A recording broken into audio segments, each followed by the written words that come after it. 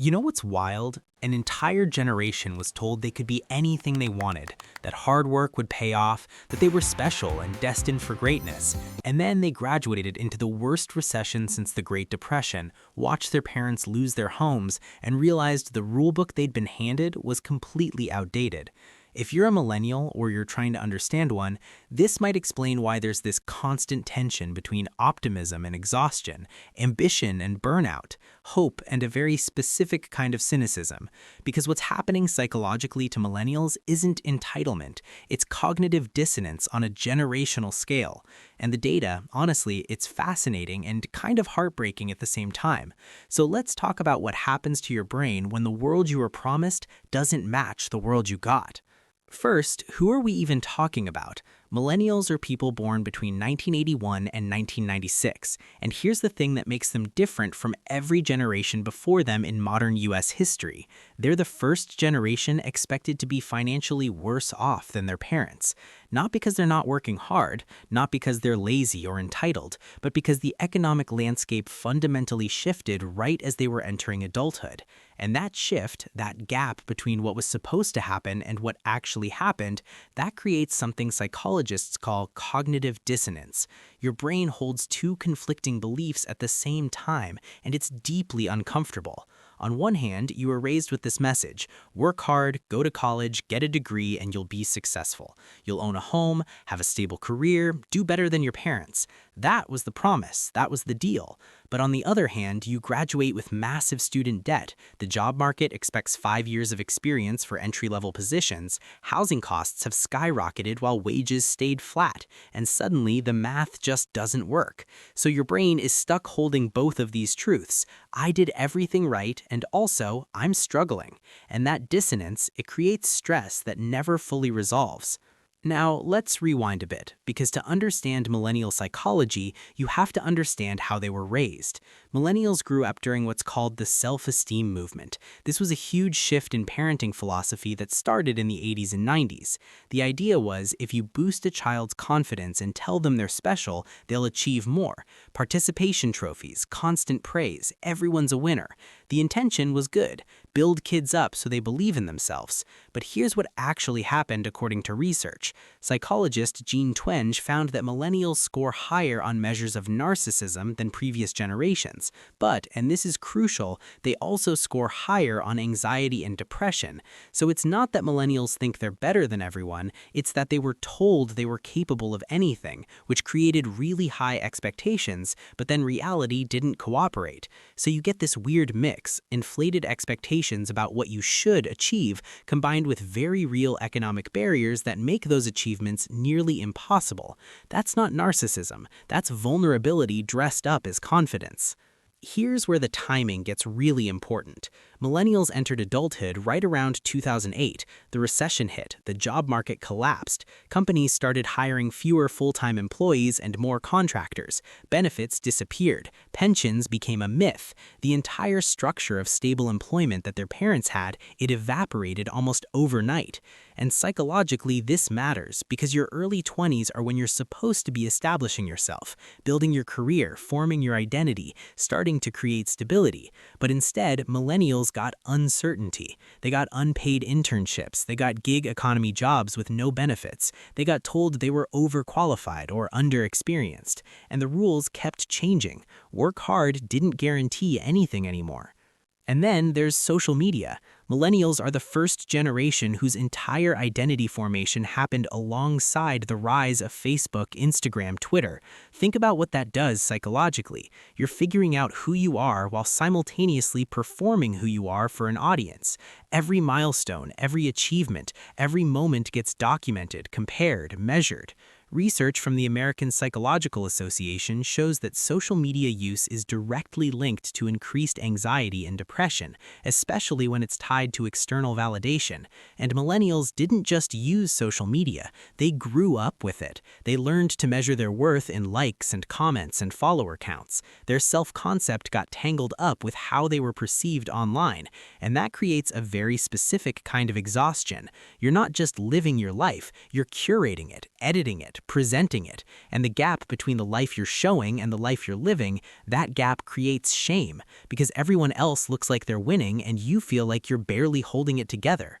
Let's talk about milestones for a second. Previous generations had a pretty clear timeline: graduate, get a job, get married, buy a house, have kids. Millennials, they're delaying all of that or skipping it entirely. Marriage rates are down. Home ownership is way lower than it was for their parents at the same age. Having kids is being postponed or just not happening. And it's not because millennials don't want those things, it's because they literally can't afford them. A study from the Federal Reserve found that millennials have 34% less wealth than previous generations had at the same age.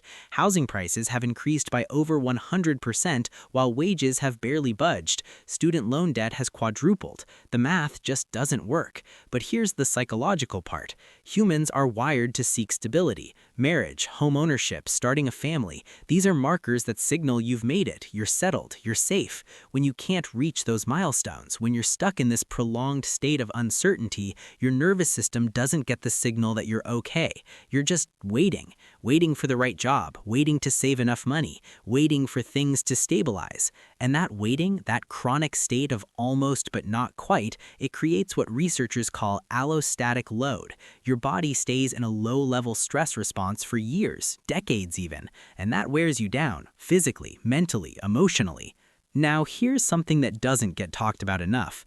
The social contract broke. For generations, the deal was simple. If you work hard, if you play by the rules, if you invest in your education and your career, you'll be rewarded. You'll have stability, security, a better life than your parents. Millennials did their part. They went to college at higher rates than any generation before them. They got the degrees, they worked the internships, they hustled. But the other side of that contract, it didn't hold up.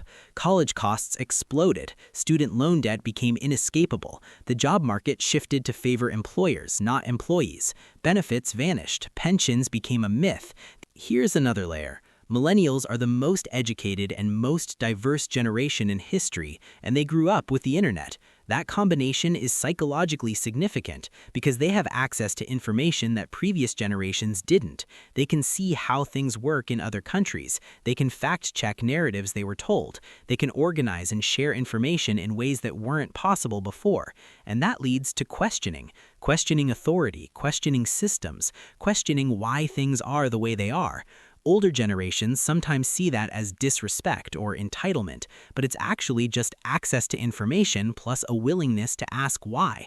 And when the answers don't make sense, when the system clearly isn't working, the response isn't to just accept it, it's to demand something better. And let's talk about mental health for a second, because this is where millennials are genuinely different. They talk about therapy. They talk about anxiety and depression openly. They've normalized mental health in a way previous generations didn't. And some people see that as weakness or oversensitivity. But here's the thing.